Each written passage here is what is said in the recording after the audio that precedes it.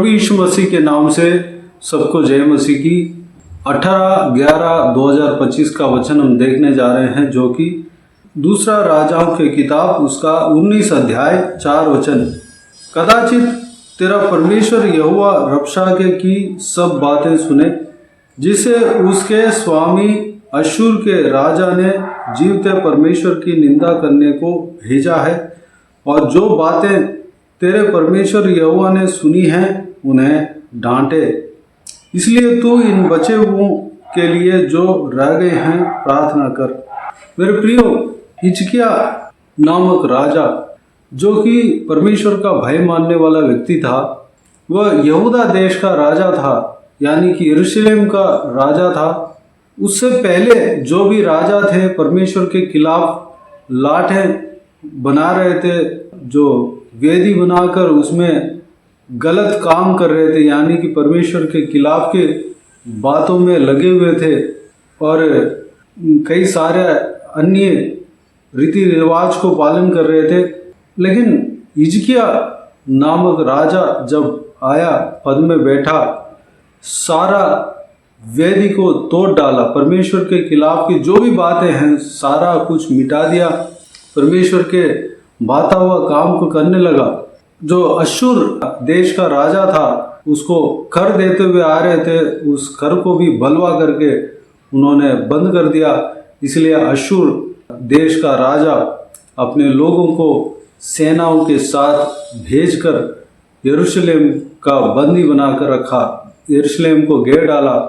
तो हिजकिया राजा जो है अश्शूर राजा को भेंट देने के लिए तैयार हो गया था, भेंट भेजा भी, लेकिन अश्शूर के राजा ने नहीं माना।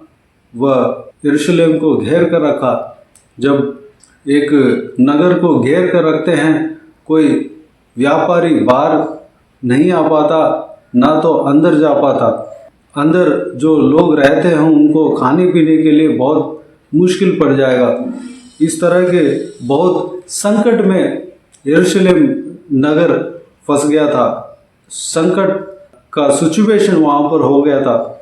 हिजकिया राजा संकट में पड़ा। उन्होंने जो अश्शूर के राजाओं के लोगों का बातचीत को सुनकर, जो कि परमेश्वर के खिलाफ था, वो लोग परमेश्वर को अपमान किए थे, परमेश्वर को निंदा किए थे, उस बात को सुनकर बहुत दुख हुआ और उपवास में बैठा, टाट ओढ़कर बैठा, और अपने उनके साथी भी टाट ओढ़कर रहे थे। उस समय, उस संकट के समय में हिजकिया राजा ने एक काम किया। उस बात को हम आज मनन करने जा रहे हैं। उस देश में, उस नगर में जो भविष्यद्वक्ता था, यशायाह नामक भविष्यद्वक्ता था, उसको प्रार्थना करने के लिए कहा। अपने लोगों को भेजकर इस तरह कहा कि तुम जाकर यशायाह भविष्यद्वक्ता को कहो कि प्रार्थना करें, इन बच्चे को के लिए जो रह गए हैं प्रार्थना कर। मेरे प्रियो, जो हम परमेश्वर के भाई मानते तो हैं, परमेश्वर से प्रार्थना करते तो हैं, फिर भी अगर हम संकट में पड़ जाते हैं तो हमें दूसरों का मदद मांग सकते हैं, दूसरों को प्रार्थना करने के लिए कह सकते हैं, परमेश्वर के दास को प्रार्थना करने के लिए कह सकते हैं। संकट आते हैं, परेशानी आते हैं, कष्ट आते हैं, अगर हम गलती ना भी करे हों, फिर भी हमारे जीवन में संकट आते हैं, लेकिन परमेश्वर हमें छोड़ेगा नहीं। उस संकट के समय में खुद भी प्रार्थना करना है, और बहुत ही ज़्यादा जो है निराश अगर होते हैं तो आत्मिक दो भाई बहन है, अगर आप बहन हो तो आपके साथ में कोई भी अगर बहन है जो आत्मिक जीवन में स्ट्रांग है, उनसे कह सकते हैं कि मेरे लिए प्रार्थना करो, मेरा सिचुएशन ये है, प्रार्थना में मदद करो। इस तरह की कह सकते हैं। अगर आप भाई हैं, कोई आपके जो आत्मिक भाई जो भी हैं, उनसे कह सकते हैं कि मेरे लिए प्रार्थना करो, उनसे प्रार्थना करा सकते हैं।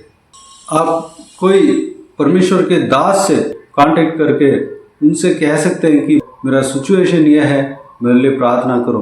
मेरे प्रियो, वो लोग जो आत्मिक जीवन में मजबूत है। वो लोग अगर आपको प्रार्थना में सपोर्ट करते हैं तो परमेश्वर के आवाज, परमेश्वर के जो डिसीजन जो है, आपके जीवन में जो भी डिसीजन है आपको पता लगने लगेगा, परमेश्वर उसमें कार्य करेगा। आपके प्रार्थना जो है और भी मजबूत हो जाएंगे, आपके और आपके लोगों की प्रार्थना और आपको जो प्रार्थना में मदद कर रहे हैं उनकी प्रार्थना सब मिलकर और मजबूत हो जाएंगी और आपके जीवन में जो है वह संकट जो है आपको कुछ नहीं कर पाएगा। आपके विश्वास अगर कमज़ोर भी हो गए हों, कोई आपके लिए प्रार्थना में मदद कर रहा हो, तो आप उस संकट से निकल पाएंगे, दोबारा आप जो है बल पा पाएंगे, आप जो है उस संकट भरे परिस्थिति को जीत पाएंगे, पार कर पाएंगे। मेरे प्रियो, यहाँ पर इस वचन में हम हिजकिया जो राजा था उनके इस काम को देखकर हमें यही सीखने को मिलता है। परमेश्वर का वचन कहता है एक दूसरों के लिए प्रार्थना किया करो। हमें दूसरों के लिए प्रार्थना करना है, जो भी संकट में पड़े हुए हैं, जो आत्मिक जीवन में दुर्बल हैं, उनके लिए हमें प्रार्थना करना है, प्रार्थना में हमें मदद करना है। हम प्रार्थना अच्छे से कर रहे हैं तो हम दूसरों के लिए प्रार्थना करना है, अपने कलीसिया के लोगों के लिए प्रार्थना करना है। अगर हमें लगेगा कि कोई संकट में पड़ा है, वह जो है प्रार्थना में लगा हुआ है और वह जो है स्ट्रगल कर रहा है, अपने जीवन में स्ट्रगल कर रहा है, वह बहुत दुख है, दुखी में पड़ा है, तो उनके लिए हमें प्रार्थना में मदद करना है। प्रार्थना में हम मदद कर सकते हैं। हम फाइनेंशियली मदद अगर आप कर पाएंगे तो कर सकते हैं, या तो कम से कम वह प्रार्थना में हमें मदद करना है। प्रार्थना में अगर आप मदद करेंगे तो वह सबसे उत्तम बात है, सबसे बड़ी बात है। मेरे प्रियो, इस बहुमूल्य वचन के द्वारा हम जो सीखे हैं उस बात के अनुसार हम प्रार्थना में मदद करने के लिए, अपने संकट भरे परिस्थिति से छुटकारा पाने के लिए, दूसरों से प्रार्थना में मदद मांगने के लिए, प्रार्थना के मदद मांगने के लिए, परमेश्वर के दासों के प्रार्थना के मदद मांगने के लिए हम अपने आप को परमेश्वर के हाथों में समर्पित करें। आइए हम प्रार्थना में जाएं। स्वर्ग पिता दयालु परमेश्वर, आपको धन्यवाद देता हूँ, इस सुंदर वचन के लिए आपको धन्यवाद देता हूँ परमेश्वर। पिताजी, हिजकिया राजा के बारे में हमने देखा परमेश्वर, हिजकिया राजा के जीवन में जो संकट आया पिता, चारों तरफ वो परमेश्वर संकट में पड़ गया, दबाव में पड़ गया। उस समय वह खुद भी प्रार्थना किया, खुद भी उपवास में रहा, अपने साथी जो भी हैं वो भी उपवास में रहा, टाट ओढ़ा, और वह अपने देश के भविष्यद्वक्ता जो है, आपके दास जो है परमेश्वर, उनसे प्रार्थना का मदद मांगा परमेश्वर, उनसे प्रार्थना करने के लिए कहा, अपने देशवासियों के लिए प्रार्थना करने के लिए कहा परमेश्वर।